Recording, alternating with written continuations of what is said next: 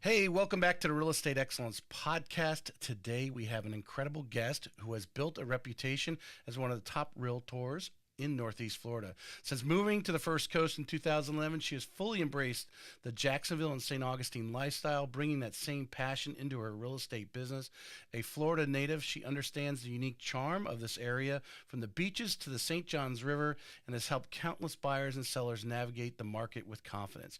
With a strong background in negotiation, years of top producing success, and recognition at the highest levels in her brokerage, she is an agent who is consistently delivers results. Her commitment to excellence, communication, and strategy has made her a go-to professional in the industry.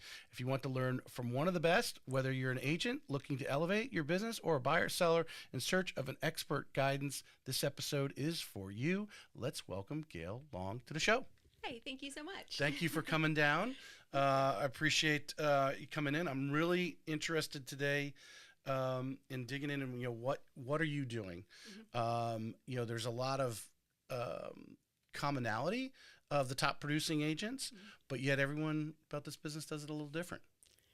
So, well, thank you for having me on. I'm super excited. Honestly, I am not inventing the wheel. I got into the Buffini system. I started 2 weeks into real estate, and that is how I run my business. So relationship referral based, and that is my focus. So you just right off the bat you were into Buffini? Because Wendy Griffiths, who has been on this podcast before, yes. We were with the same brokerage at the time, and while we weren't in the same office, she came to a monthly meeting to say she had an upcoming class that she was teaching for peak producers. And because she's part of the Buffini she's a trainer, coaching. Yeah. So, yep. And I didn't have anything else going on. And, I thought, okay. And I mean, just from the get-go, it was how I wanted to do business. And light bulb went off and it's like, yes, I can do that. Yeah. And, Wendy didn't have a choice. I said, you're going to be my mentor. And that's kind of what I've done. And, I think that some people get, I've been 10 years now, and some people get bored and looking for other things, but it's just proven to be successful. So that's what I keep doing. Well, one of the things we're gonna talk about, and I should have prepped you, but you'll handle it fine. But consistency, and you found something. One, the light bulb went off. Two, you said I could do that. You saw yourself doing it, and then now, I mean, the consistency over the years has proven fruit. Correct, and sometimes I think. I do things off of what I am attracted to and marketing wise and everything like that. And I know that's not necessarily the best way because not everybody thinks like me. But for example, we do a monthly mail out and I'm not great. I don't open the mail if it comes, especially if, your own personal, yeah. And so I mail these things out and I've not missed a month in 10 years. Physical mail. But it has my, real estate logo, the stamp, the return address, and on the back it has the sticker, I'm never too busy for your referrals. And so my thought is, even if they don't open that, month after month, they're seeing my name and, Right. So that is one of the things that just the consistency, the process of following their system, I don't have to think about it. Like right. I know what's happening. Right. No, you hit on something that's very important. I have had discussions with different people, social media doesn't work. Okay, well, how do you measure that? Because I don't, there are people obviously said they've obviously gotten, if someone direct messages you from Instagram or Facebook or whatever, and you don't even know who this person is, you could say, oh, they must have saw my social media. Now again, but as we were just having discussion earlier, people are using social media after they, if they don't know you, they're coming from another area or something, they're using social media to kind of get, who is this person? Oh, they're saying Gail's a top agent in Northeast Florida. Well, okay. Well, who's Gail? Let's go in and start looking. So you don't know whether it came from social media or not, but I think it was, I want to say it was Josh Rogers. Stop doing social media and see what happens. For example, in your case, do you know you're getting it from the mailer? stop doing the mailer and see what happens to your business, right? It's a layering system. It's not just the mailer. It's the client parties. It's the handwritten notes. It's the staying in contact with them on a relationship basis. Yeah. I tell people at closing, you're not done with me. You can't get rid of me. And so that's one of the things. It's not just a mailer. No. It is the whole system of continuing to stay in contact with them. You know, I tell them I want to be a real estate resource. It's the whole process. Well, just to strengthen what you're saying, which I'm excited that obviously you bought into a system, you're into, and if you of all those parts that you were just going over, someone said, well, is the handwritten cards really getting that, or the other man? Well, I don't know. If I took it out is the only way I would measure it, but why am I taking it out? Because my business has actually grown, so I may be getting 10% from that, 15% from the handwritten cards, and all these different pieces that you're doing, because it's hitting people from multiple ways, multiple mediums. Correct. Right? Yes. Yeah. Yeah. Like I mentioned, I'm not under the illusion that everybody opens an email, that everybody opens the monthly envelope that comes. However, it's just the repetitiveness of seeing my name, knowing that consistency. Exactly. No, I think your attitude when that first statement you made, my stamps on the front, my little referral stickers on the back, and that whether they actually open that envelope at that time, they're getting it. How often you send it? Monthly. They're getting it monthly, and in that moment they think of real estate, that's all that matters. Yes. You don't care that they opened up and read, hey, the interest rates are this, because they might not even.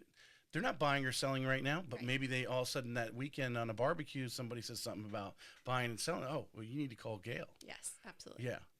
That is what it's all about. That's a great story right there. I'm going to just take a moment so I don't forget here. I want to talk about Remy Graphics. They do these great mugs for me. You have a nice hot pink one in your gift bag there, Gail. They do all sorts of laser engraved gifts. They will actually do one-offs. So RemyGraphics.com, RemyGraphics.com.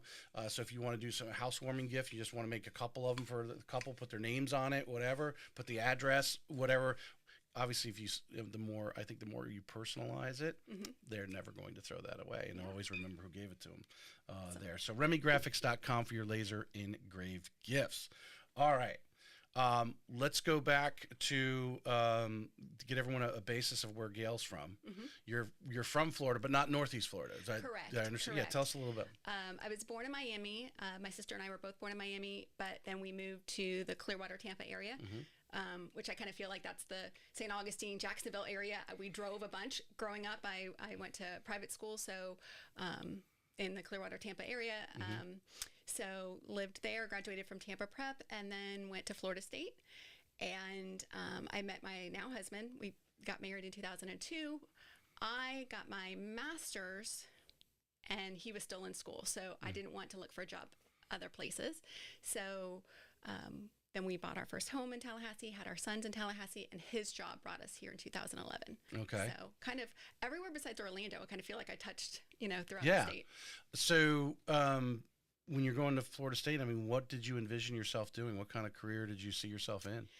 So my mother was a teacher, and I followed that footsteps for a couple reasons. I think natural teacher, and I still use some of that guidance in my real estate career, but I also liked that as a mom. She was home during the summer. She drove us to, our after school activities. And so that lifestyle you saw yourself in. Yes. So did you actually get in and do some teaching? Or? I did.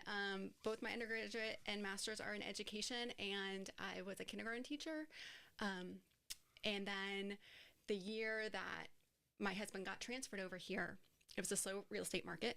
And so we said, okay, we'll put our house on the market in Tallahassee, and hopefully, by Christmas, because he came over here in September, and we thought, by Christmas we'll transition. I won't, I'll leave the school year, the kindergarten class. I didn't want to, but during the middle, that Christmas break.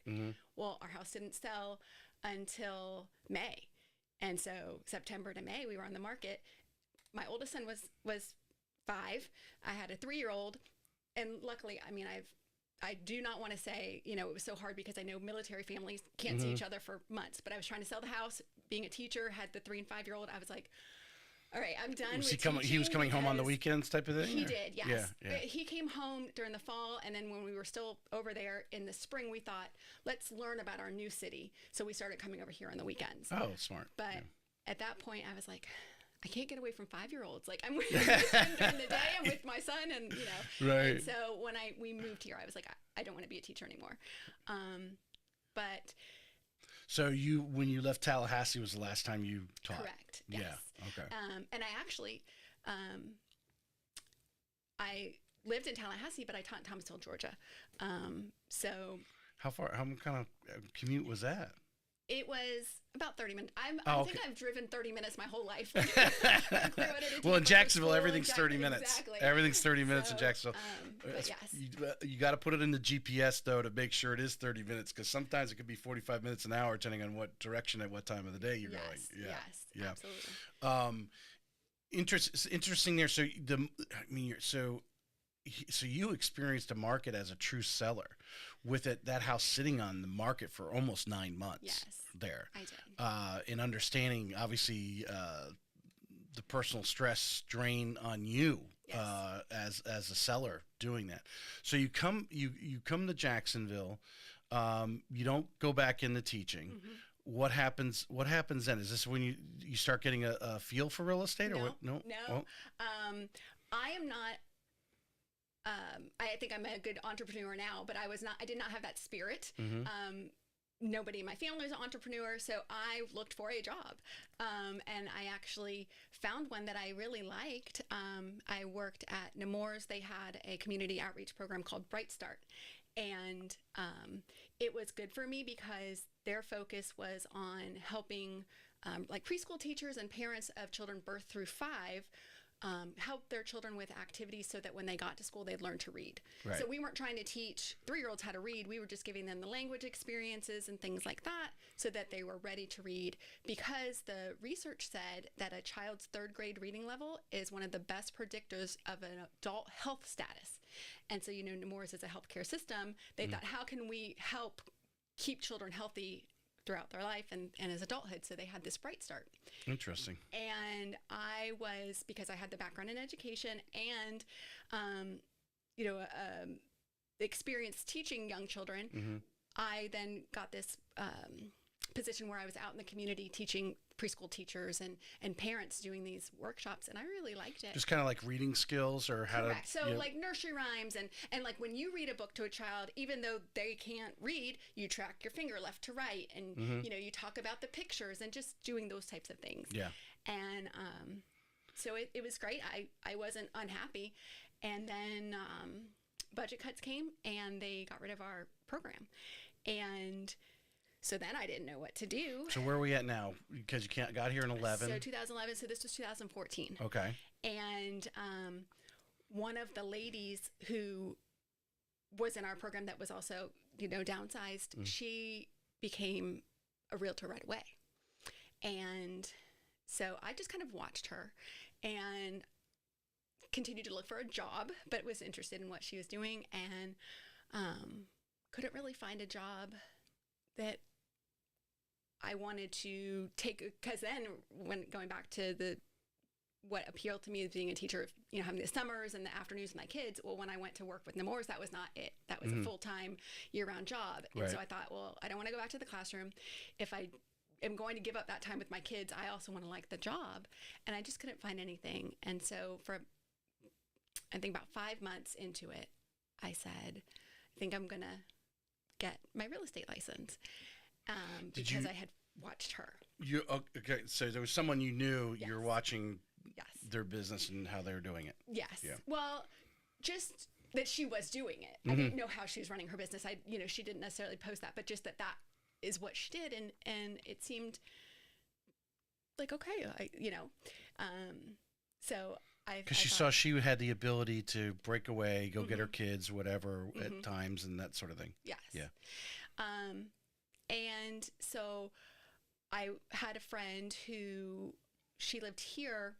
Her sister is a big broker in Atlanta, and she was visiting one time, and she had been in the business a very long time, and she just gave me some advice and said, you're not getting a job. You're starting a business. You're not going to have an income. at the beginning. Right. And your first year, though, like that's your learning year. It's not your earning year. So sign up for classes, do whatever you can to learn to build that base, because you're not going to be making money that year anyways. So Right. don't waste that time. Set yourself up, and then you move into the earnings. And so I think maybe that's why when Wendy came and I was like, I have this class, I'm like, okay, I'll sign up. So that was just really helpful advice from somebody who, again, wasn't an entrepreneur, that was used to having a paycheck come. Right. And that mindset shift, I think, was instrumental, because I knew not to worry. And now I'm also very fortunate. I did have a good first year. I did, hit the ground running, but it wasn't like stress. Well, would you say, or could say, because of the mindset that you adopted, Mm-hmm. these people, you listen to these people, Wendy gets you on Buffini fairly early, Mm-hmm. that this mindset that you created about being an entrepreneur and this is my business Mm-hmm. was probably the reason why you did have success in that first year. Absolutely. I think so. I know that, who you surround yourself is important. And the people I surrounded myself were top producing agents, were full-time agents. Wendy would say, you can't have a plan B, because your mind will shift Yeah. towards that. And, I was all in real estate. Like I made this decision. Mm-hmm. This was going to be what I did. And so it was very much looking at setting up systems, putting things in place so that I could run a business. All right. So this is just really great stuff, because I believe, and I've stated numerous times on the show, so many agents fall out of this real estate. I mean, they are whether they were successful, some of them never really get out of the nest, basically. Mm-hmm. But we know 80%, a good portion of them never make their first renewal 2 Mm-hmm. years in, 24 months. They're already out. And I think a good percentage of them already checked out 2 months in, Mm-hmm. Because they didn't have someone like Wendy inviting you, hey, you need to come to this training, or you should come to this training. Mm-hmm. And, whatever guided you there, Mm-hmm. obviously made a huge difference in your life. Mm-hmm. That was the road less traveled, right? I always love it's your son going to Naval Academy and going to sit the road. We take the road less traveled, Yes. and it's made all the difference. Mm-hmm. And that's what you did, and you grasped onto something. So if you're talking, let's talk as if we're you and I are having a conversation in front of a group of people who haven't even gotten in the business yet, Mm-hmm. or maybe just they're taking their 60-hour course or whatever. Mm-hmm. They haven't gotten licensed, definitely haven't gotten a brokerage yet, Mm-hmm. because I believe that choice of brokerage has a high percentage of you being successful or not, for a good percentage. Not everyone, because there's some people that could succeed anywhere, and this is the way they are. But having made the choice, in this case, your choice led you to Wendy. Mm-hmm. So, but what do you feel, looking back, what you know about the business and people you've seen come and go, Mm-hmm. about, the choices where they've made that initial brokerage is so vital Mm-hmm. in researching. It is. And I didn't know, I didn't know what to look for. Mm-hmm. I liked the fact that my first brokerage advertised that they had a marketing department. And I am not good at graphic design. I didn't want to be the one designing my flyers. So I was like, oh, they have a marketing department. Perfect.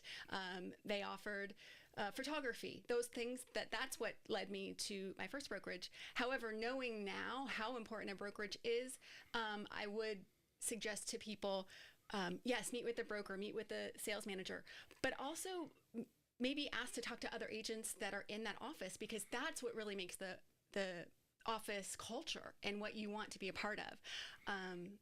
I think, people that have a giving spirit, that when you go into the office, they're like, how's it going? How can I help you? What do you need? Mm-hmm. That's what you would want to surround yourself with. Yeah. If you go to a brokerage where it's a competitive feeling, or people don't go into the office that, a lot, Right. you're going to feel like an island, and that's not going to really help you through those hard times. Yeah. No, I think the island analogy is perfect, because I do believe a lot of agents, especially if they're young and new, and I don't speak for all, because there are some people who have gotten into this business and they have kind of done it themselves, whether they've just have great observation of what other people are doing. Maybe they've, they follow Buffini or the others that are there, Tom Ferry, except, for example, but they feel it, I would say,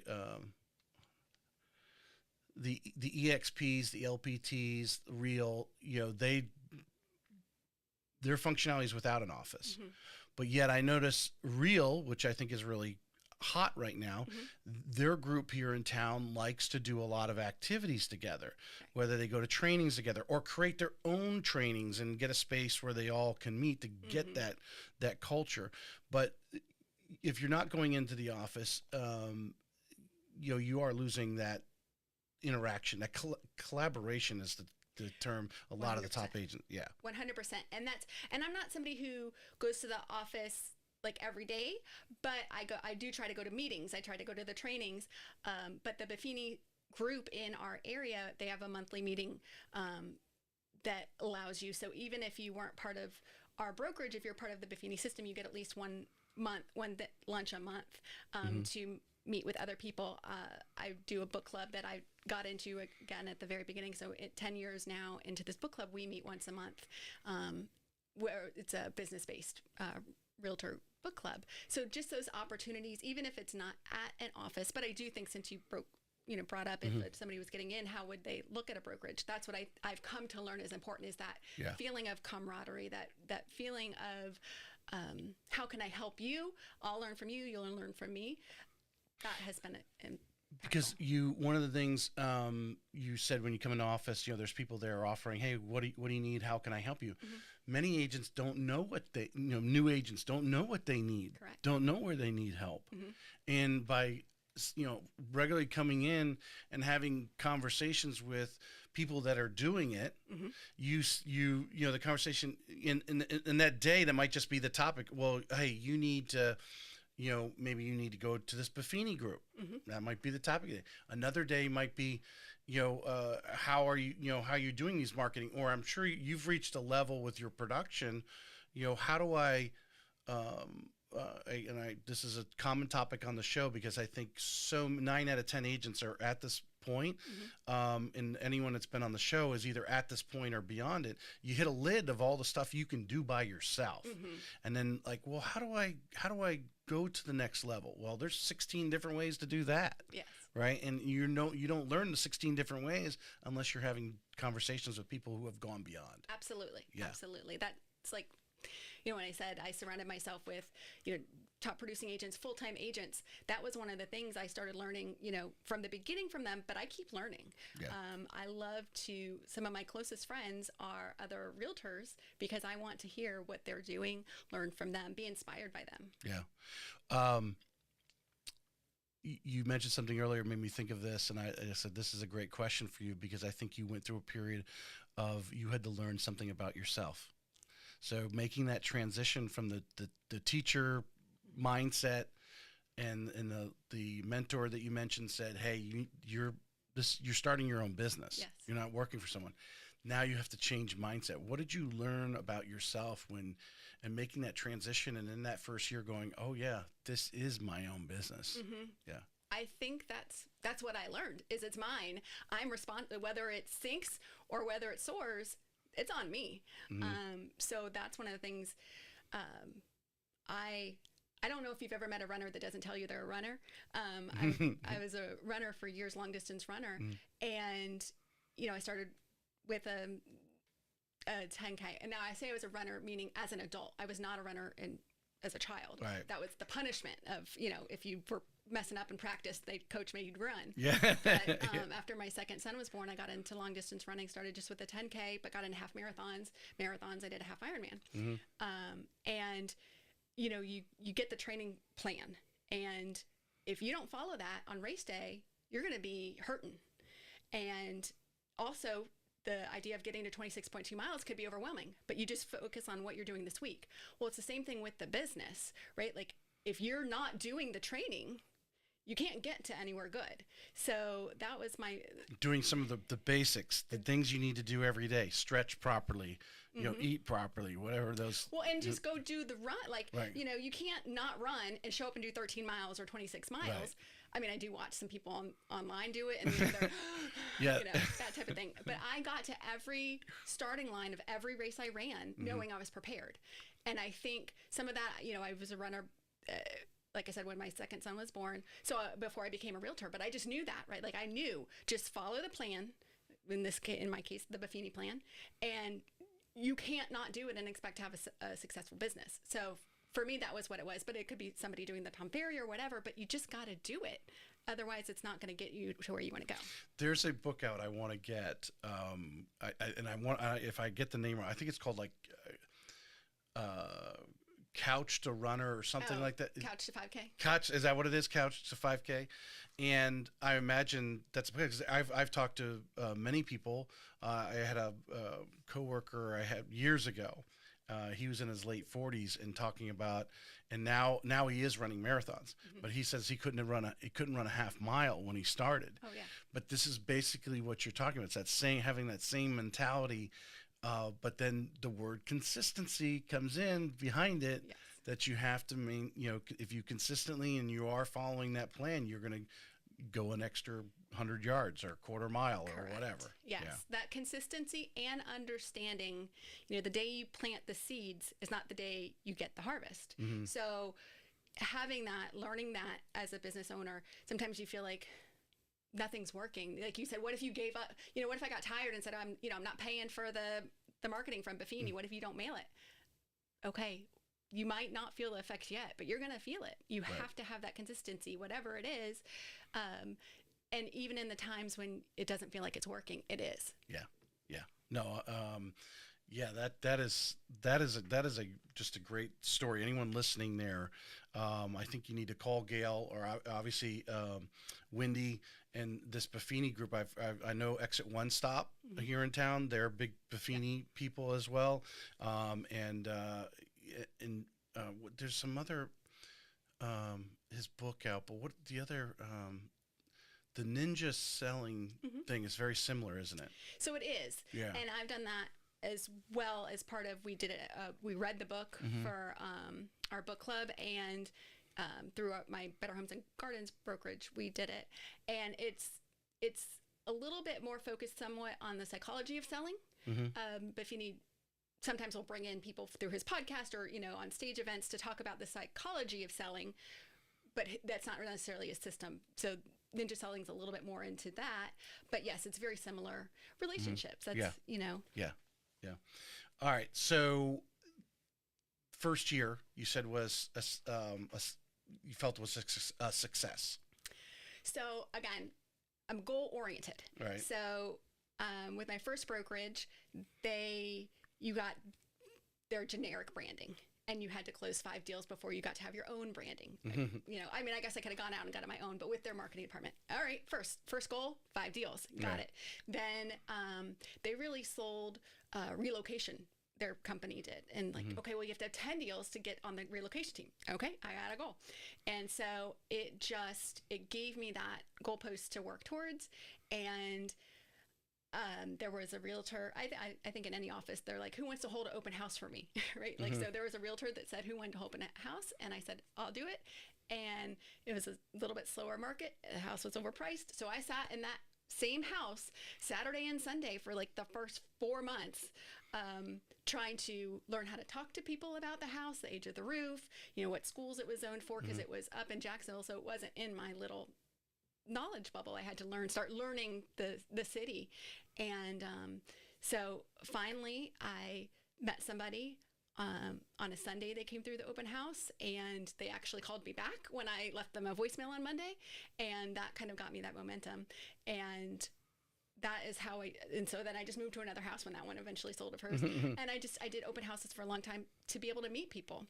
I also did, and we haven't touched on this yet, there was an agent in my first brokerage that had a big book of property management business, and she was getting out of it. And so the property manager was breaking up the book, and I said, I'll take some. Yeah. And so she gave me 10 properties. And so when it would come up for rent, because they were mostly all rented at the time. Right. So when they would come up for rent, and I would get a call, and I'd say, I can show you, like, just a rental, but I was like, come on, let's do that. And right. so many times they didn't rent that, but I, again, didn't have a lot going on. I said, I'll show you any rental you want. Now I'm like, oh, I don't want to show a rental.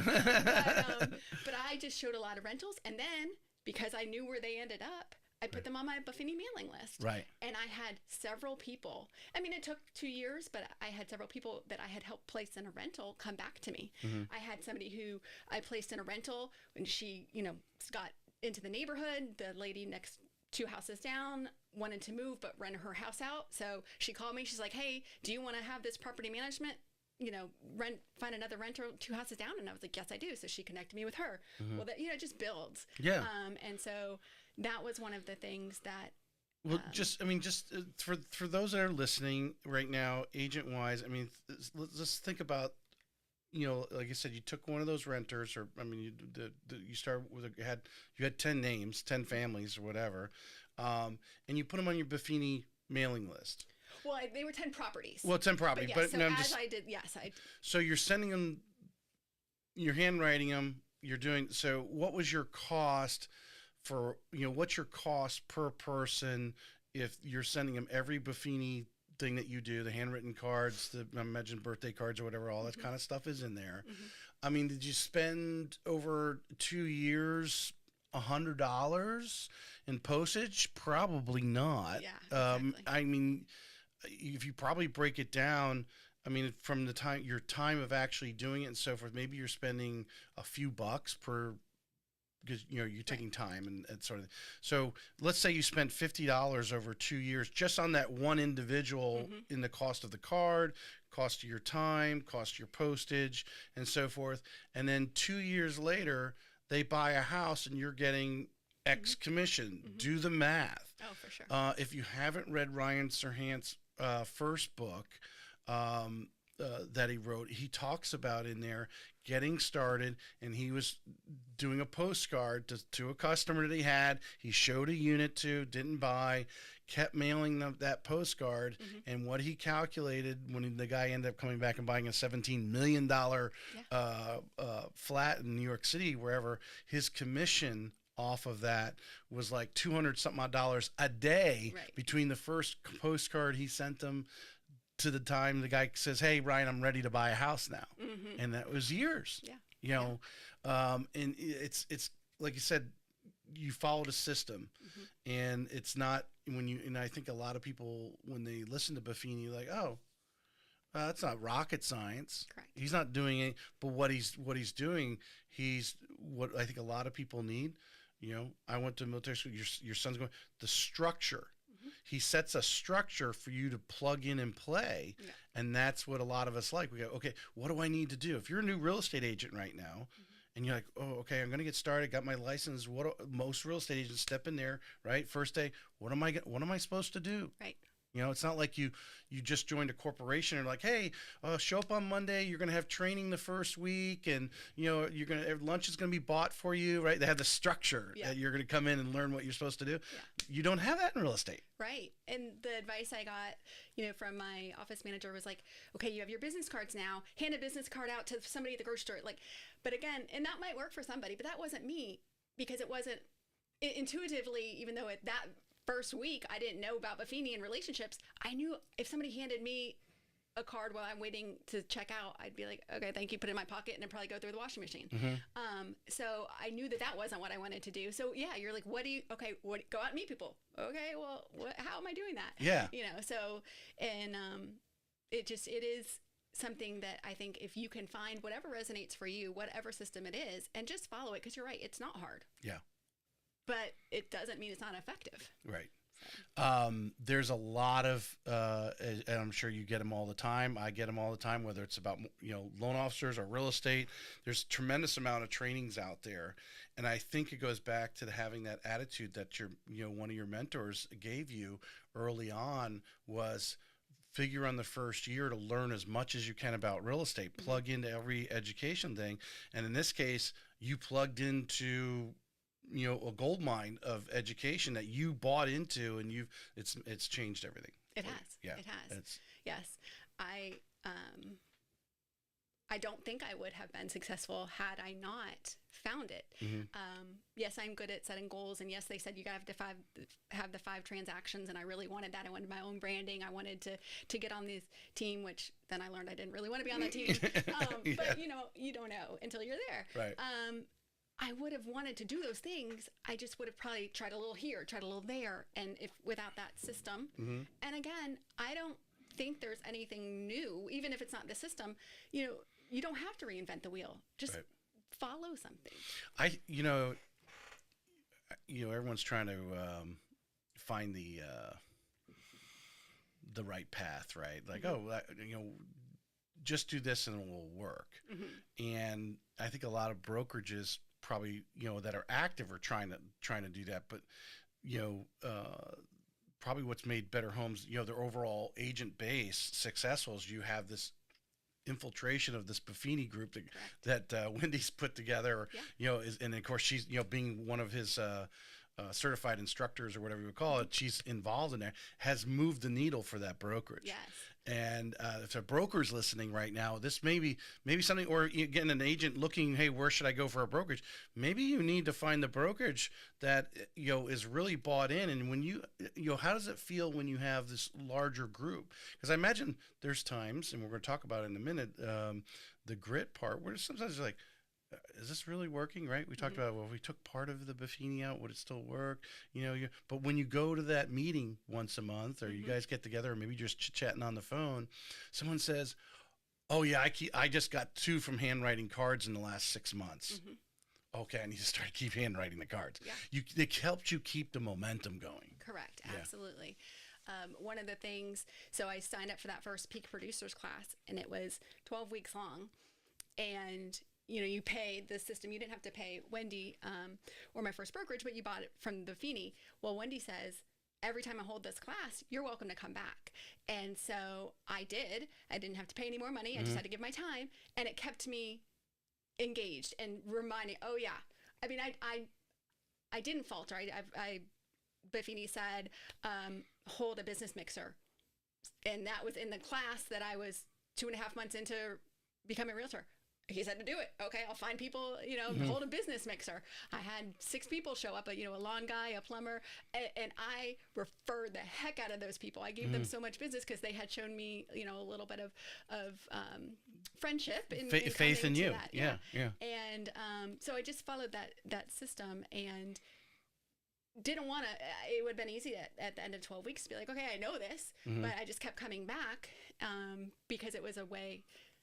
I don't pay the extra coaching from Buffini because I have this group. Well, sometimes you have to fill in the gap because you go to all these classes, right? You're taking all these notes, but how much are you actually implementing? Because there's so much information. So to be able to go back and refresh, and then from a sales standpoint, the fact that you're going back and you're Wendy has faith, because obviously she's bought into Buffini's system. She's an instructor, that she knows it works. Yeah. And the more people that are continue to come back and are seeing success, well, that's feeding her the new people coming in. That's marketing, with a huge billboard, and that's a walking billboard of someone referring people saying, hey, you need to go to that class. Absolutely. You having problems in real estate? Yeah, you need to go over there. And hopefully people that are listening right now, hopefully if you don't know Buffini, you're looking him up. And then, obviously I imagine Wendy's holds these courses fairly regularly right here in town. Absolutely. So you don't have to do much. I imagine Buffini, he obviously does a lot online because that's the only way you can serve the country. You can't, but the benefit of showing up one-on-one or in a group with Wendy, would you say is more beneficial? 100%. And I have 2 examples that it didn't work quite as well. A gentleman I went to high school with, he lives in St. Pete, and he kind of how I watched that first person who was downsized with me become a realtor and kind of watched. He is a firefighter in St. Pete, but also watched me kind of become a realtor and then reached out. He said, I think I'm thinking about that. Yeah. What should I do? And of course I said Buffini, and he was not in a brokerage that offered that. So he did it online, it didn't have the same impact. So Right. yes, you're getting the information, but again, it's that inspiration, that motivation to have that community around you so important. And then I had an agent who, she was already a realtor. We met through I think a women in real estate Facebook page or something like that. And she connected with me and she said, what are you doing? And Buffini. Well, she was up in Canada, didn't have anybody. She did it online. And actually Buffini has a big presence in Canada, but she didn't have that group and didn't have the same impact. Yeah. So, yeah. Well, I also think too, I think part of doing it on the internet definitely could have a factor in it, but also for some people, for you, the light bulb went off and you're like, I can plug into this. Here's my daily schedule. This is what I'm doing. I'm going to run the play. And you ran the play and you got some results because again, you set your expectations from production fairly low your first year. So you plug in and all of a sudden you're seeing results. And of course, now again, being in the classroom, I imagine some other people are seeing some results and you just start to get that energy from that. Right. 100%. Yeah. So I'd have to go back and look at my first year number. I don't know what it was. I know the volume wise, but I don't know how many transactions, but it was just setting that, like I said, like the 5 and 10. So I don't know where. I got my license in April. So I would say my first year, I'm talking about 2015. So 10 years ago, really, those first couple months, I think it took me, I had my first closing in October when I got my license in April, but it did start to snowball. And well, and I don't want to drill down on the first year, but I think this is very important too for new agents. Your sphere of influence. You had been here now for 3.5, 4 years, right? By the time you got into real estate, your husband's been working locally now 4 or 5 years in Jacksonville. What does Buffini have? And did you? Because I imagine he has a plan, that kickoff plan to reach out to your friends and family. Correct. The training system calls it the mayor campaign. So if you happen to know anybody who needs to buy or sell, that type of thing, reach out to them. And so I actually, my children were in sports, so I knew sports parents. I knew the people from my past job, but I wasn't very social. So, but I did have a good amount of people on social media, but I didn't have their phone numbers. I didn't have their addresses. And so I sent them Facebook messengers, like, the little wording about, and I was also trying to build my database for my monthly mailing. So I've started this new training system. Would you mind if I sent you an item of value every once in a while? Right. And some of them didn't reply. Some of them said no, and that was sad. Although I've learned to respect the no more than the no reply. It hurts when you get a no, but you're like, at least they responded. Yeah. And then I had a few that said, sure. And so that's how I started getting my database. So I would get the database from the property management people that I met, the people who said yes. And my database at the beginning was very small, but it was enough to start putting the system in place. So then I forget what the statistics are on like the amount of people that know somebody that's going to buy or sell this year. And how many people you need to reach out. I forget. It is an interesting to have stats on that. And even if you know 100 people, they know so many people they're going to buy and sell this year. Correct. Well, one of my big supporters at the beginning, she lived 2 houses down from me, and she had a son that was my best friends with my boys. And she said, "But Gail." Because I reached out to her, she said, "Yeah, but I'm not moving." And I was like, "You don't have to move. You can live in this house for 30 years. But if you think of somebody, or, like if you refer me, that's all, I'm asking. I'm not trying to get you to move." Yeah. I don't want you to move off the street. So yeah, it's just about who they can connect you with. Yes, exactly. And again, what resonates with me is a relationship. I'm not just trying to, hey, who do you know right now? It's like, I care about you as a person. I want to develop this relationship over time. It will come back in the form of, I know Gail.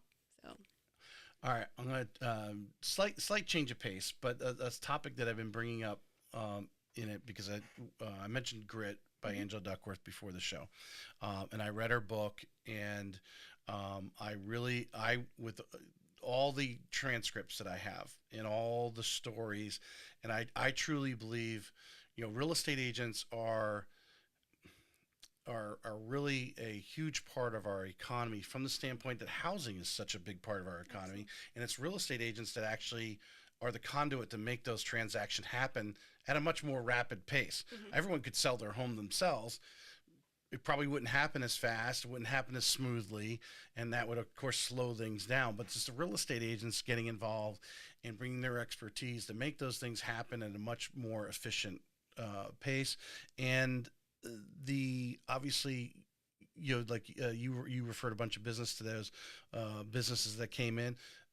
It is the real estate agent that's like the concierge, especially someone moving from out of town doesn't know anyone. Yes. Oh, who do you recommend for a dentist? Just every service that you can imagine, landscaping, whatever. Yeah. The real estate agent can really be a huge influence in that. But I do believe it's not an easy business. Mm-hmm. You're self-employed. Mm-hmm. You're a one-lady show, Mm-hmm. and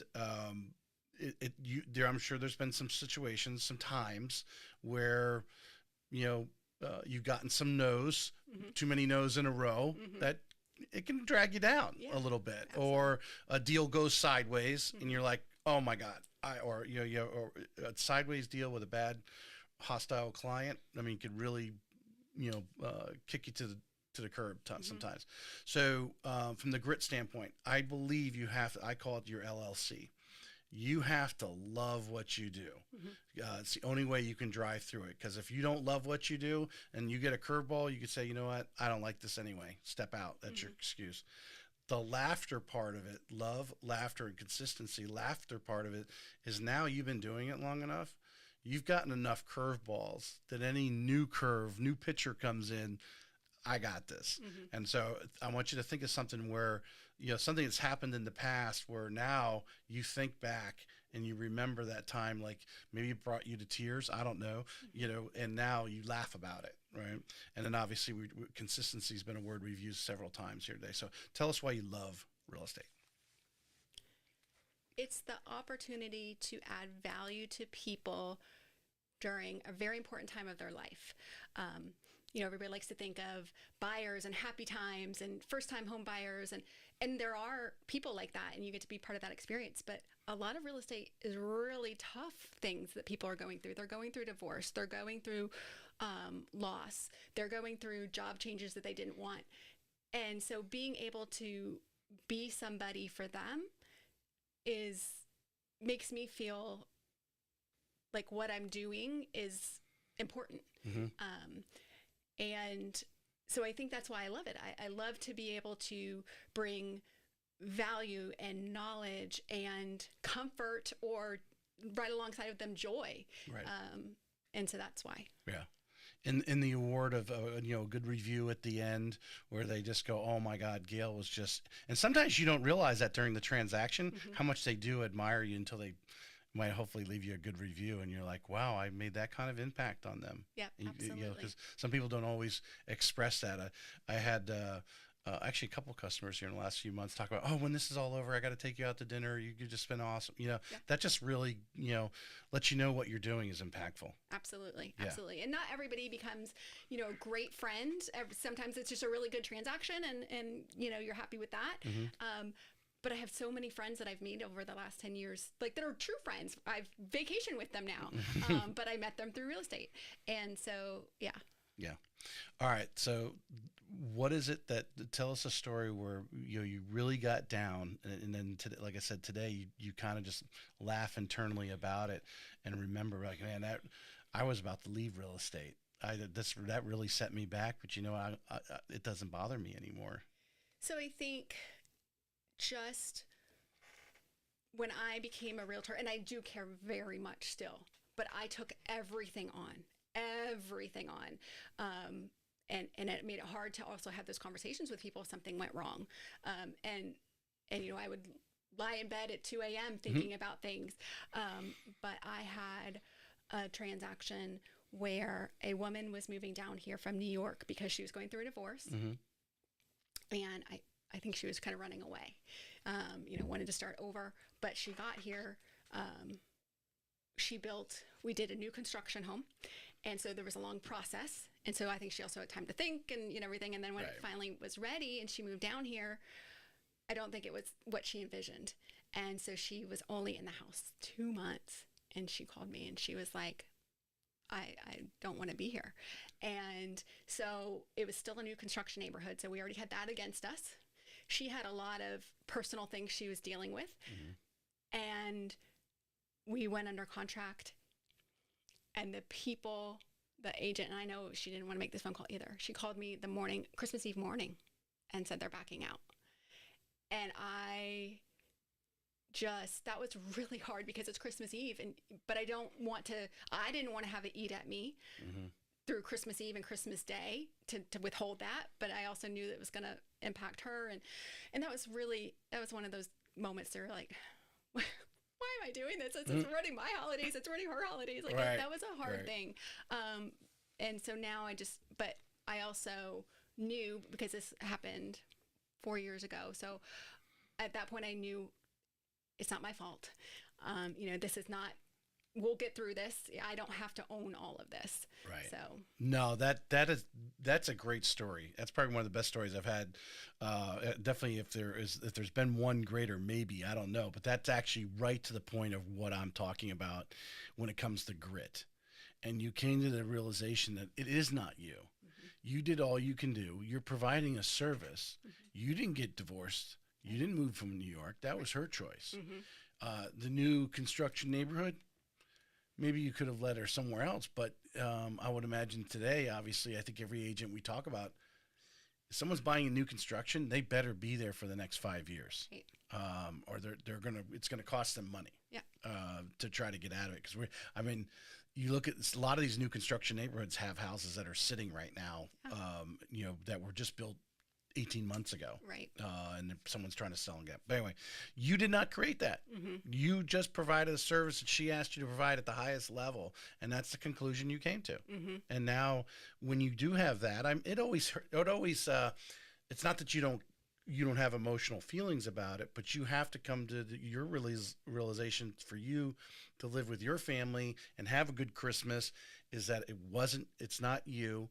You're going to do, on the 26th, you're going to get out there and start that provided service, but you have to sleep at night. And that was the realization. That's the grit I'm talking about.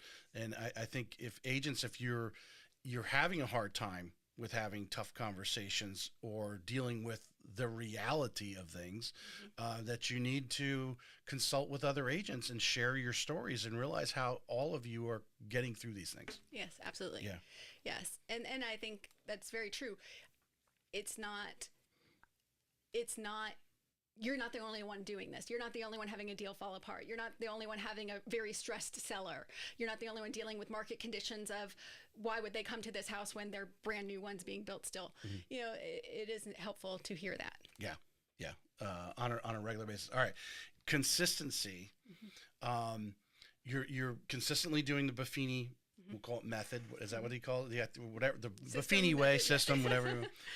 What do you think though, from you personally, what are some of the things that you are doing, and it could be on a daily, monthly, weekly basis, but you do, that might be, a side thing to the Buffini, but that you are doing personally though, do you think is important to your business? It could be getting up and running in the morning. Whatever it is, but you think is giving you the right frame of mind, the right mindset. What are you doing consistently in your business? You think that really, if you didn't do it, you would probably start to see a negative effect. So I still have that mindset of education, learning more. So I do listen to a lot of podcasts. I do listen to real estate podcasts, but I listen to a lot of personal development podcasts, and I read personal development books. I think the more you work on yourself, the better you'll be, not only as a business owner, but as a realtor, to be able to help buyers and sellers manage their emotions, things like that. So I think having that consistency of personal development information coming in is very important. I at different times, I've read more obviously after school than I ever did in school.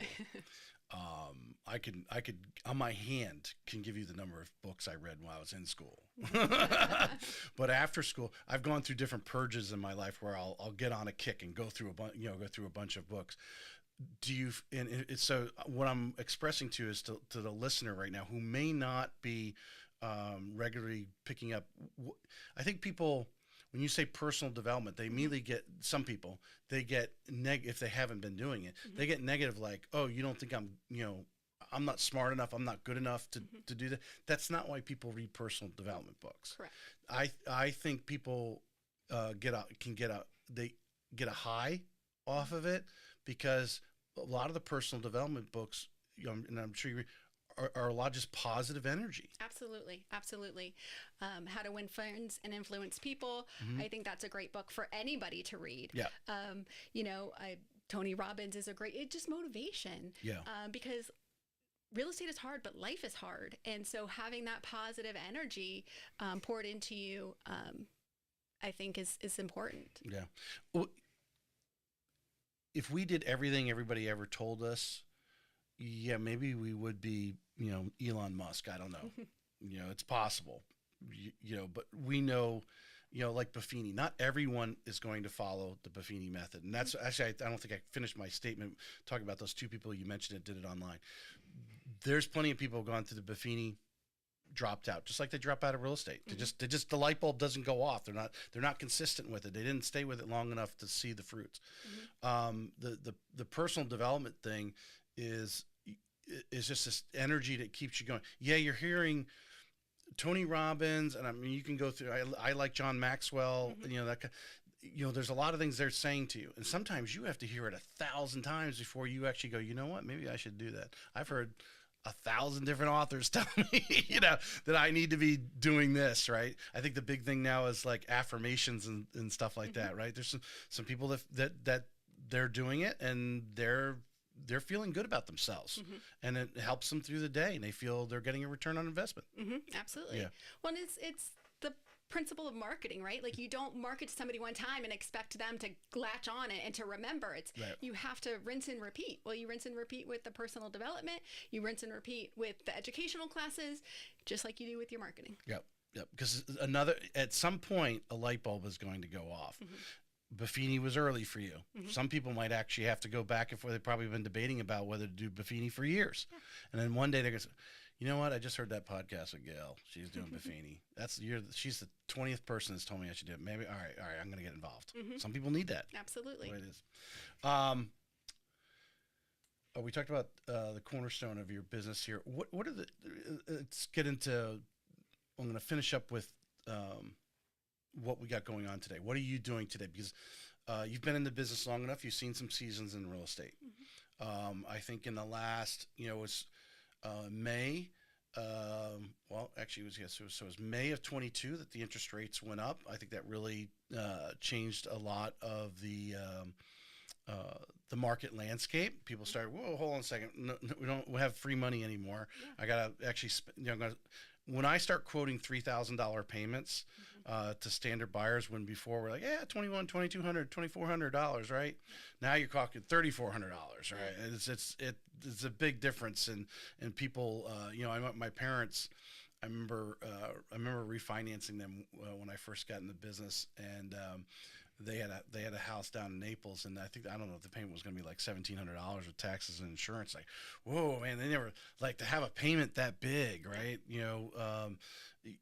Again, we got used to it for a decade having $1,800, $2,200 payments, and I'm talking just standard size home, $300,000 to $500,000, type of thing. Now we're talking these huge different price points. So that happened in May of 22. We started to see the interest rates up. We got inflationary factors, which has really eliminated a lot of people's extra expendable cash. So they're not doing a lot of the little things that they used to do because the groceries are just costing that much more, type of thing. So we've seen those market changes. What are some challenges that you're seeing with some of your sellers and then some of your buyers right now with today, February 2025? I think the expectations of both sides, buyers and sellers, don't necessarily match the market right now. Aren't they always lagging, right? They are. They are. And for buyers, and I get it. I mean, if you're paying the top of your budget a month, you either can't afford to then come in and do renovations, or you expect to already have it done. But a lot of people that I see and work with and relate this to sellers too, of, how to prepare your house for market. Buyers right now don't want a fixer-upper a lot of time. Right. And so, but also coming to realistic terms of, okay, but if this is the payment you want a month, you may need a fixer-upper. So I think just having those conversations of what is most important to you. Mm-hmm. And a lot of times they don't have a choice. It is monthly payment. All right. So then this is where we're looking. And same thing with sellers where they've lived, when you have a seller who's lived in their house a long time and has loved it, they don't see, they need to do some updating. They need to do some things, and having that conversation, that's really what, with so much on the market right now with inventory choices, you have to make yourself stand out. We have to be appealing. What are buyers looking for right now in move-in ready homes? Right. That brings up a great conversation, and when you're going in on a listing appointment on these, because obviously that topic just came up, so you probably had something like that recently, right? Where you're having to have that conversation, because I think this is where your top producers lie. These are your if you want to call them the Jack's real producers. If you're your top 500 in the greater Jacksonville area. I mean, everyone keeps saying 12,000 agents. I don't know if we still have 12,000 agents. That's a number everyone's been used for whatever, a long period of time. But if you're in that top 500, you are working, you are doing deals, enough deals in the course of the year to be and have enough listing appointments.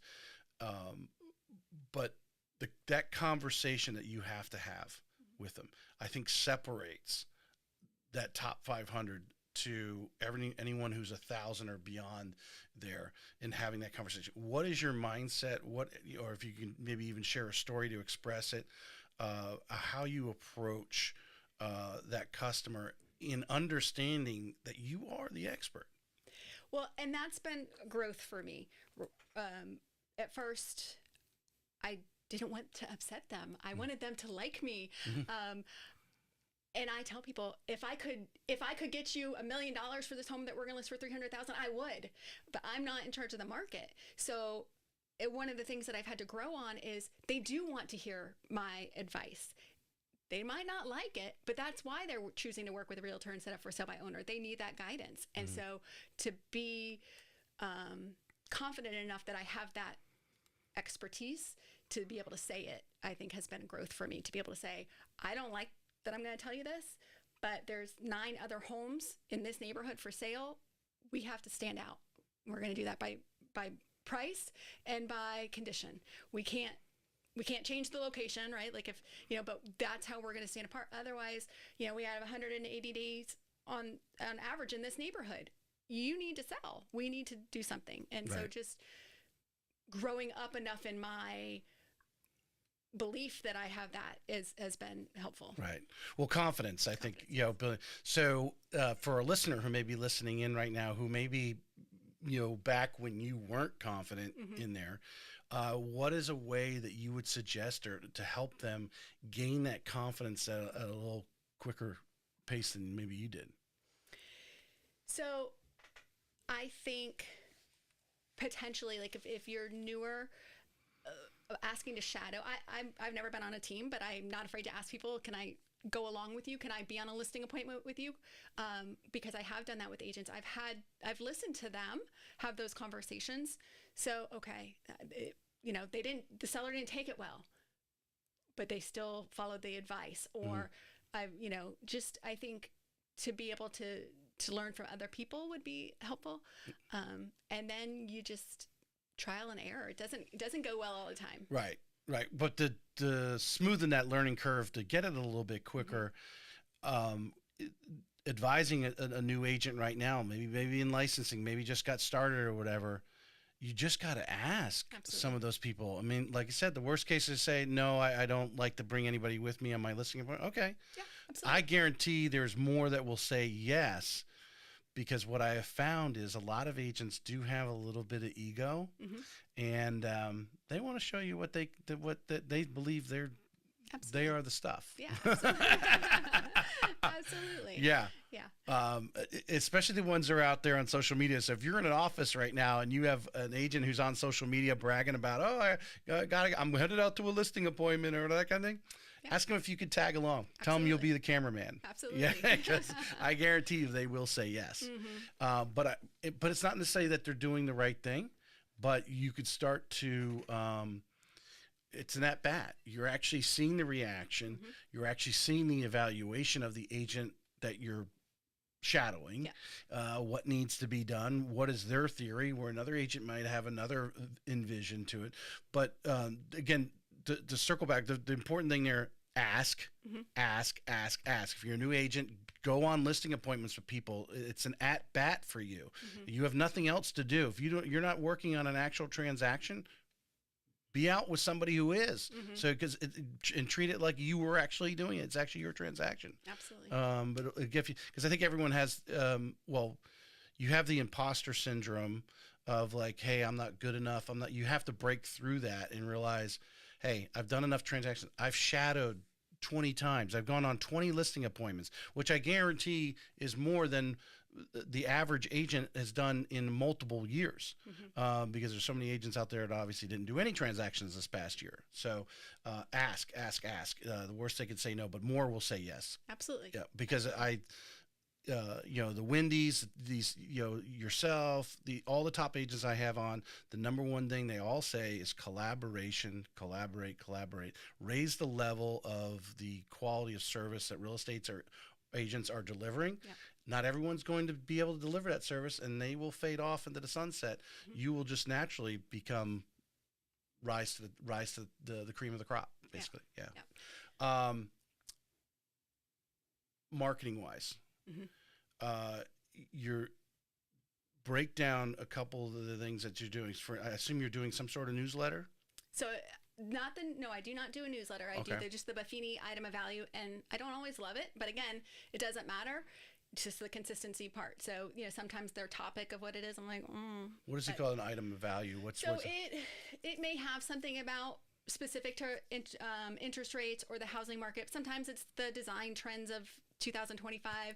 It's not always, they have their system of how to layer competence and care. It's just. That's funny. It's the president and Elon were talking about competence and care the other day, and you just mentioned that. It's interesting. I send that out. I don't do my own newsletter, but then the handwritten notes, I do client parties. So I do a summer party and I do a pie party. Great topic right there. Mm-hmm. All right. So again, if you're an agent right now, not doing, because I've heard some agents have some really great success with these client appreciation parties. Mm-hmm. But when you first started, you didn't have a ton of clients. I did not. My hairdresser came. My neighbor, who I told you lived 2 houses down, that said I'm never moving, she came. Right. My parents came, and by that point, so you held it at your house? No, I did not. I held it at my office. Okay. I have learned over the years. I now hold them at my house because I almost guarantee that at least people who did transactions with me last year, they'll come because they want to see my house, right? Like I know their house. So everybody's curious. And then of course I do have the repeat people come, but people want to see where I live. And so I hold them at my house now, but I did not. I had it in my office for the first 2 years. And then I transitioned to my house. For the pie, for the summer party, I'm a member of Freedom Boat Club, and for years I did it at the boat club. Yes, we can tag Freedom Boat Club because I'm a member too. I talk about it all the time. Yeah.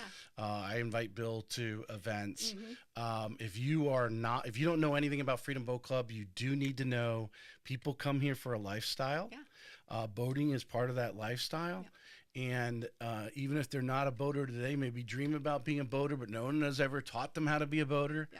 Freedom Boat Club is where it's at. Plus, there's so many neighborhoods you can't tow boats or park boats in your driveway and so forth. Freedom Boat Club is so much better. We've been members for 11 years, and so for years I did it at the Julington Creek Marina, and they would have somebody drive the pontoon boat. My husband, we would have a boat, and he would do the tube for the kids. Yeah, and I would be on the dock with the food and talking to people. But I stopped that in 2020, and then I didn't go back to it because while I loved it and people loved it, because I held it at the end of July, it never rained, but it would always threaten to rain. And so I would have people call, if they lived in Orange Park, they're like, I'm looking across the bridge and it looks like it's going to storm. And I'm like, no, come on. So I now switched to I do an ice cream party, but so I do a summer party and then I'm totally with you. It like threatens to like 3 or 4 o'clock, and it's like, okay, just wait a minute. Yeah. Boom, it's gone. Yeah, exactly. And the river is a huge weather thing. You may be having weather on the west side, right? And then by the time it crosses over, nothing, or vice versa. Yes, absolutely. Yeah. I've experienced it. Yeah, that a lot. That's but to throw a little tag in, having them at your house, you didn't initially, which I don't think anyone probably should, but after you got a good group, now I think it really starts to pick up pace, in my opinion, because now when you invite someone into your house, you are truly creating a relationship, because you're inviting them into your dwelling. You might have gone out to dinner. Breaking bread with somebody is one important thing, but now actually breaking bread at your house is a whole nother level. Absolutely. Yeah. Yes. Yeah. 3 things you think agents need to be doing right now with the current market conditions, and this could be anything to how they're having their buyer broker agreement or their listing appointment. What are some of the things maybe you're doing now that maybe you weren't doing 18 months ago, but now as the more inventory we've got, there's some different things that you're doing? So I've always been one to look at the hot sheet, look at things like that. I have my different buyers, how it'll send, I think you can set it up not to send you an email, but it sends me an email every night as well as them. I look at every one that comes through to see what, potentially I can call them and ask, hey, this looks like it's a good house. Did you see it? But also just to keep current on different neighborhoods. But now I look deeper into days on market, how many, homes are coming back on the market. Learning that, I think right now in this current market is important to be able to have conversations. So for buyers, it's like, oh, the house came on the market, something could be wrong with it. No, it's very common. This percentage of, I think, 2023 or 24, Jacksonville is one of the highest rated for contracts falling out in the area. Like a large amount of transactions fell apart and houses came back on the market. So to be able to reassure a buyer, like, oh, I was interested in that, but it's back on the market, something must be wrong. No, that it took, might, but probably not. So being able to have that information, and then days on market, of course, for sellers, like set the expectation. It could be here a minute. And if you don't want to be here a minute, what could we do? Well, does the hot sheet also, it gives you some mental ammunition as someone, they see you during the course of the day. They know what you're doing. You run into a friend, or maybe you are, getting your hair done, and, people are just going to say, hey, well, what's going on? And if you have this verbal ammunition, this knowledge that, took you 10 minutes to read in the morning, to be able to regurgitate back to them and sound like, hey, this person sounds like they know what's going on. They're confident about it. Yeah. Yeah. I do think that that's important. Everybody, even if they're not part of your sphere, if they meet you, they want to ask, how's the market? What's happening? What are you finding, because you mentioned something there that just triggered my thought, and me being a lender. There's so many different reasons why homes fall out. Obviously, there's repairs that people don't want to deal with. Something wrong with the house, that's a reason for it to fall out. But that's not the number one reason.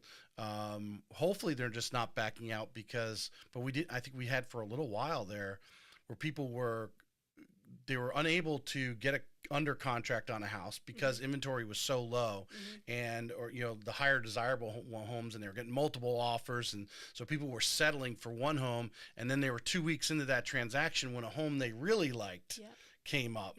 So we had that kind of situation going on, but now you have so much inventory to choose from. That's probably died down a little bit. But from a lending standpoint, are you seeing any challenges or something that, geez, I wish there was a product out there to bridge this gap? I don't know if I wish there was a product. I don't know what kind of conversations lenders and other realtors are having to set the expectations with the buyer.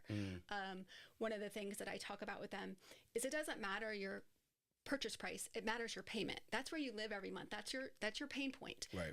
So I know, and unless you want to significantly change your purchase price, right? then we Well, can change and so, the payment. but sometimes, a lot of times, people don't know. Okay, they'll go and say, I won't need a pre-approval from a lender. You'll get that information. Maybe you'll have a conversation with them. I don't know, but a lot of times they just get their max price, and people tend to look at their max price, and then they don't realize, what does that translate to for your monthly payment with particular neighborhoods if they have CDD fees, the insurance on that home if it's an older home. They need to take into account, and I think preparing buyers during your first, your meeting with them, of what goes into feeling comfortable with that monthly payment. When my husband and I bought our house that we're in now, we said, this is what we need our pre-approval for to match this monthly payment. And she worked backwards, as opposed to saying, because I would have gone to my max budget. My husband did not want to. He said, this is our monthly budget. It's now changed because of insurance has, changed it. Right. But that's where we started with, because we knew we would get pre-approved for something that wasn't what we wanted to work with. Oh, we certainly can approve people for a lot more than again, what their budget is, for sure. I mean, that's really not a challenge per se, unless they've got a ton of other debt. If they've got reasonable other debt, like a car payment or whatever, we definitely can give them a lot of people a very healthy payment. I don't know if you call it healthy or not, but from that standpoint. But this is a great topic actually to converse over with you. Because I think also, like you said, the fees and so forth, insurance, you're buying an older home. You get a new construction home that's totally up to current code. Insurance is going to give you a better break. So maybe you can buy more home because you can take, your insurance is going to be high versus your insurance may be twice as much if you're buying this older home and that roof is so many years old and so forth. So they also, when you're talking with a prospective buyer, they need to have a range. They may be able to, because of the neighborhood they want to look in, because that's the other factor, right? Well, where do you want to look? Well, I want to live in St. Johns County. Okay, so now you're like, okay, Julian Creek, St. Johns Gulf, all these different neighborhoods. Well, I mean, your minimum level of a home, just a basic home in some of those neighborhoods, you're going to need X principal and interest payment, let alone the fees that are going to go on top of it. So that has a factor to play in it. So they need to have, well, I really want, to live in this area. Well, okay, so you need to be able to borrow this much because you only have this much to go down. So now this is where I'm at. And then, well, the fees in this neighborhood are more than the other. So they need to have probably a $200, $300 swing, in a possible payment, depending on what, are they going in a CDD or just an HOA, right? Those are definitely, I think that's, it's a conversation that the agent needs to have. And obviously the hopefully they're working with a lender, but sometimes these people want to use their own lenders off in California and so forth. These on bankrate.com. I don't know why they do it, because trust me, but when it gets all done, you will pay the same. I guarantee you. I've seen it happen. I saw it happen recently. Guy was told no points for this great interest rate. I said, yep, it'll cost you a point. I even called other lenders in town. I was still best priced just from friends I know. Hey, where are you at? Because they got this pie in the sky quote at closing. I was told why were their closing costs that much? Because they paid a point. I told you that. But having that conversation and setting up, I think is important, especially now with interest rates so high. Yeah. Because you might go under contract with a home. Okay, I had my pre-approval, and now I have this specific home, and we send the contract to the lender. They give the first information to the buyer, and they're like, "Whoa, this is not what I wanted." Do you try to prepare yourself a little bit to have an idea? I mean, because I think agents could be better at really, when their clients looking at certain houses, go in there and find out what the fees are. Maybe you get just a basic insurance quote from I have talked to insurance agents. They want your business. They want my business. We're the two referral sources for them. That they will work up a quick quote. Yeah, this is what it will look like, but maybe we get a wind mitigation. It might save them $50 a month or something, whatever. We, so they at least have a range of what that insurance is. Absolutely. You can look up the current taxes, strategize a little bit. I know I'm working on one right now where, actually it is an investment property, but the taxes were extremely low. It's only a $300,000 home though, but they were only paying like $1,200 tax. But you don't know what exemptions they may be getting. Right. So you need to prepare them. Well, we might see that go up a little bit. Yeah. So you need to be prepared for that on the taxes. That's why I frequently have conversations with how the tax bill is going to adjust no matter what, your second year to your thing. And this is not uncommon in our area with being a military town. You have people who have 100% exemption. Yeah. So you can have extremely low tax bill, and they purchased it, a while ago. Now we're getting ready to jump to your purchase price. That's going to impact your payment. Yeah. So I'm 100%, not giving them specifics, because I look to lenders to give them the specifics, but have that information of, you got to be okay because your payment right now is based off of this tax bill. It's not staying that way. Yeah. Well, I mean, and I will tell you, lenders are not perfect from the tax standpoint either. I mean, to really, if you feel you're in a situation where maybe someone's lived in the house a long time, and they get, their exemptions, they're elderly, whatever it is, and they're paying really low taxes, you definitely want to call the tax office if you feel you're going to get a, like, hey, this house now is worth $700,000-$800,000. They're taxing it as if it's worth like $250,000. We may get a tax to actually call the county and say, hey, what will this look like? Because it could put someone in a situation where they buy the house, and then tax bill comes in November or a year from now when they readjust the taxes, and all of a sudden, whammo! And now they're calling you saying, I can't afford this house anymore. Yeah, absolutely. Yeah. I had that happen. When I was brand new in real estate. I think lenders for new construction have gotten better, but they would try to get somebody in the house, and they would do it on the unimproved land, and then the next year they had this huge jump in their payment. And that is having worked for one of the largest builders in town. We had a calculation that we did. So if they're legit, and the recourse on them is someone could go in and pull a full class action on them, said, hey, you quoted these people all this stuff, you qualified them with this really low taxes, knowing that when the true tax bill came, it was going to be more, and they wouldn't qualify for the loan, and they could take them to the house. So some were on the up and up, because they know it could come back on them. Others, I would imagine, are doing what you're saying. They're trimming the corner enough to get that person approved, and just move that house at that moment in time. DeSantis did say something the other day. Actually, probably was yesterday. He was talking about property taxes in Florida, and he feels right now he needs to look at, well, I don't know. I think the meme was more, or the reel was for clickbait, to get rid of. I don't think you can get rid of property taxes, but I think this whole payment shock type situation where someone's been in the home and then they sell it, and all of a sudden the taxes go through the roof, is just not good. They need to get a little more control over the property tax situation. He was talking about, I don't know exactly what his details are, but it's in his focus right now of how to get control, because I think it goes, Florida's becoming in a lot of areas unaffordable. When the higher prices, when they readjust the tax bill, and then insurance is really high right now, and so that makes it very hard on people. Yeah, definitely need to be calling insurance. Insurance is like the very first thing I do. When I'm setting up a loan, I'm emailing the insurance agent saying I need a quote. Absolutely. Yeah. Absolutely.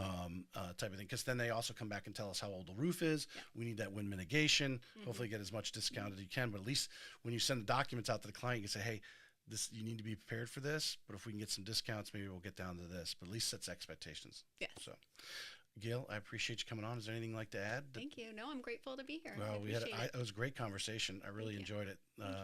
And Buffini, I mean, I think you just gave me this jolt this morning, talking about agents. And when I talk to so many, and I know so many out there are not doing so well. We know 71% or 4% didn't even do a transaction last year. And it is an industry that if you get in and get plugged in, and maybe for some of these agents who might be struggling, they need to plug into a Buffini type program. Absolutely. And